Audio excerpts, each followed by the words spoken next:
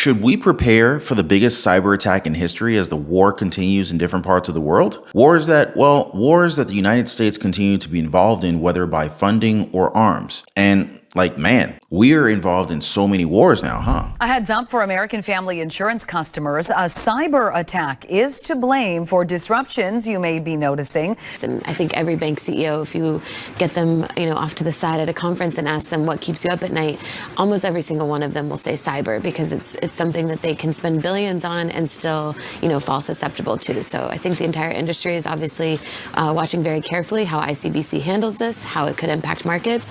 But really, the lesson here is this is a persistent and really scary risk for these banks. There is the chance, of course, that your information might have been compromised. It also makes me wonder about how much people should trust any communication coming into their inbox right now. Yeah, great question. Yeah, I would say the best thing to do would be just to pick up the phone and call. I'm sure their phones are probably flooded, but it'd be in your best interest to stay on hold and make sure that you speak to somebody to get some actual information. It's amazing to think that trades had to be settled by messengering a thumb drive over, and that's what they resorted to in order to keep the financial markets going. Are we confident at all that this won't happen to a U.S. bank with maybe an even greater presence, a deeper presence in various markets?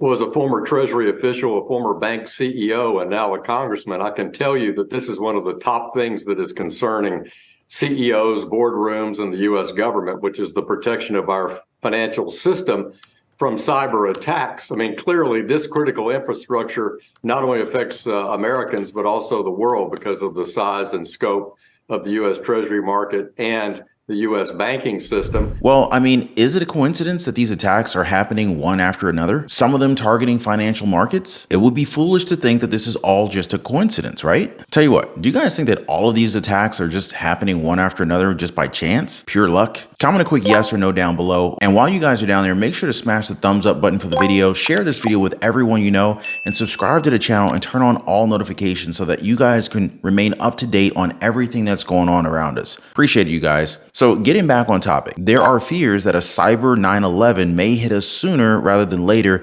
especially with the 2024 presidential elections right around the corner. I mean, would it be so weird to think that a cyber issue could possibly pop up right within that period of time? Now, it's not just the threat of the online infrastructure. There's also the threats of other valuable infrastructure that could halt power grids and water treatment systems around the nation. I mean, look, imagine what kind of damage a power outage would do in the winter, right? Or a water system pouring poison out during the summertime. It's I know it's kind of out there, but when it comes to things that can happen, but hey, did you think that multiple wars would be started in just a few months after this health crisis? These are things that a lot of people disregard, and when it happens, well, a lot of folks are just surprised and are not prepared. They're not ready. You mentioned mom and pop shops, and you talked earlier about the ransomware threat facing schools. I checked with the firm Recorded Future before we did this. They track this regularly. They said 150 ransomware attacks that have hit 150 school districts last year, 50 some so far this year, a little more than a dozen of them in the United States. These numbers keep growing. Is there more that the government should be doing to help schools and small businesses defend from ransomware attacks? Yeah, I actually had a bill that was signed into law. That's the K through 12 Cybersecurity Act that is literally helping to provide expertise and resources to our schools so they can learn how to defend the kids' data online. There's a bunch more that we need to be doing. I think Mike was right when he said there's just no deterrence, right? I mean, if you're a group of folks and you're sitting in the middle of Russia or China and you carry out an attack and you succeed and there's no penalty, there's no punishment, then the next week there's going to be 5 groups that are going to do the same thing, and 10 groups, and more sophisticated attacks. We have zero deterrence in the cybersecurity fight. So I think we need to be treating it as sort of a 5-alarm homeland security issue, and we're not. Right? We haven't had the attack on the Colonial Pipeline. Some people say it was kind of like the attack on the USS Cole, right? Remember the USS Cole in Yemen before 9/11? And that at some point we're going to have our cyber 9/11, and it's going to wake everybody up. Everyone in America is going to say, what the heck have we been doing? Why have we been letting people get away with this? And I think we need to be trying to get ahead of that cataclysmic attack before it happened. And there's, of course, the fear that some of these attacks aren't being treated as attacks, but they're being treated and used as opportunities. Now, you might be asking, Ron, these things are meant to make our lives harder. How is that an opportunity? Well, I never said that the opportunity was for us common folks. It's actually for people who love control. Like, take, for example, the health crisis, right? If most of us were not scared of a deadly virus that you couldn't see, do you think that a lot of us would have said okay to lockdowns? Do you think that the same number of people would have agreed to, I don't know, particular mandates that were put in place? You know who loves setting those new rules for the normal folks? The World Economic Forum. Now, I know that this footage is dated, but listen to the wording that he uses and how cyber attacks may be used in the future to dictate what we can do. It's very clear that the devastation from the pandemic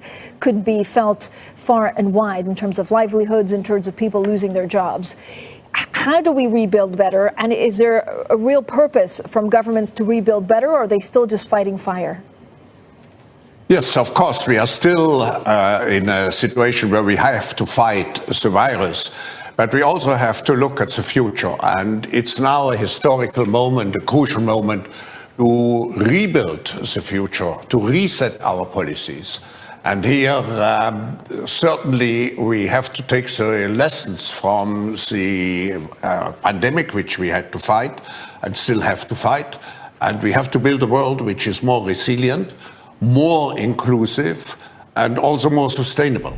Did you catch that? That part about policies and how we need to, in his own words, reset them? Now you're thinking, this is the WEF, the World Economic Forum. They're not part of our government and they don't hold any office here, right? But the tactic of using a crisis to further push on a particular agenda or a policy change isn't unheard of. I mean, just ask Hillary Clinton. I can only say amen to everything you're saying, but also to, again, enlist people that this would be a terrible crisis to waste, as the old saying goes. Did you catch that, guys? A crisis is going to waste. I mean, what the heck is that about? Now, I'm just trying to get your eyes on these warnings because the next crisis may very well be another world war. And like, what kind of policy changes would they be able to implement at that time, right? Now, the question is, are you guys willing to just accept the change? Because banks and other financial institutions getting hit by attack after attack can have only one solution. That is, if you ask the Federal Reserve. What's that solution? A centralized digital dollar. So, are you game for such a change in our lives that would be able to track everything that we do with our money? Or should we not be worried about something like this happening here in our country? All I know is that we need to stay vigilant, to always ask questions, because that's just part of being human, right? When you're told to do something and not ask questions, well, that's exactly when you should be asking the most questions. But of course,